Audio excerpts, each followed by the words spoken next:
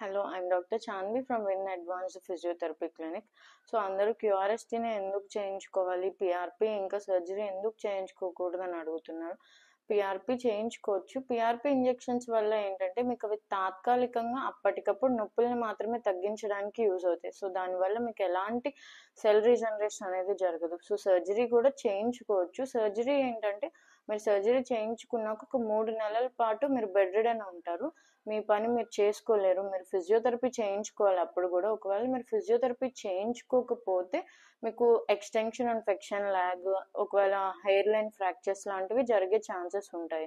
So క్యూఆర్ఎస్టీ వల్ల మీకు ఎలాంటి ప్రాబ్లం ఉండదు. సెల్ రీజనరేషన్కి ఉపయోగపడుతుంది. సో సర్జరీలో మీకు సెల్ రీజనరేషన్ అనేది జరగదు. జస్ట్ మీకు నీ రీప్లేస్మెంట్ అనేది ఉంటుంది. సో క్యూఆర్ఎస్టీ ఎవరెవరు చేయించుకోవాలనుకుంటే గ్రేడ్ 1, గ్రేడ్ 2, గ్రేడ్ 3 వాళ్ళకి బాగా ఉపయోగపడుతుంది. సో గ్రేడ్ 3 దాటితే వాళ్ళకి కొన్ని ఇయర్స్ పడుతుంది సెల్ రీజనరేషన్ అనేది చూడడానికి.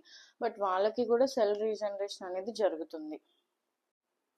సో ఇది ఆస్టియోపోరోసిస్ బోన్, ఇది నార్మల్ బోన్.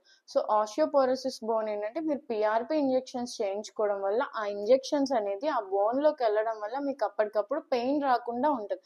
ఆ ఇంజెక్షన్ మీ బాడీలో మెల్ట్ అయ్యే కొద్దీ మీకు పెయిన్ రావడం అనేది స్టార్ట్ అయిపోతుంది. మళ్ళీ మీరు ఇంకొక సిట్టింగ్స్కి ఇంజెక్షన్స్కి వెళ్ళాల్సి వస్తుంది.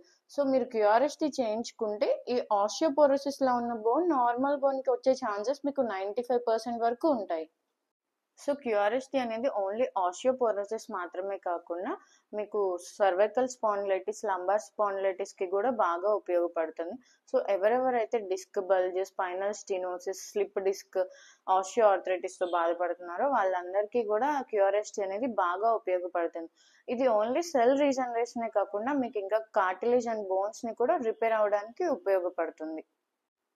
సో మీకు ఇలాంటి మోర్ హెల్త్ రిలేటెడ్ వీడియోస్ కావాలంటే do subscribe our YouTube channel. Thank you.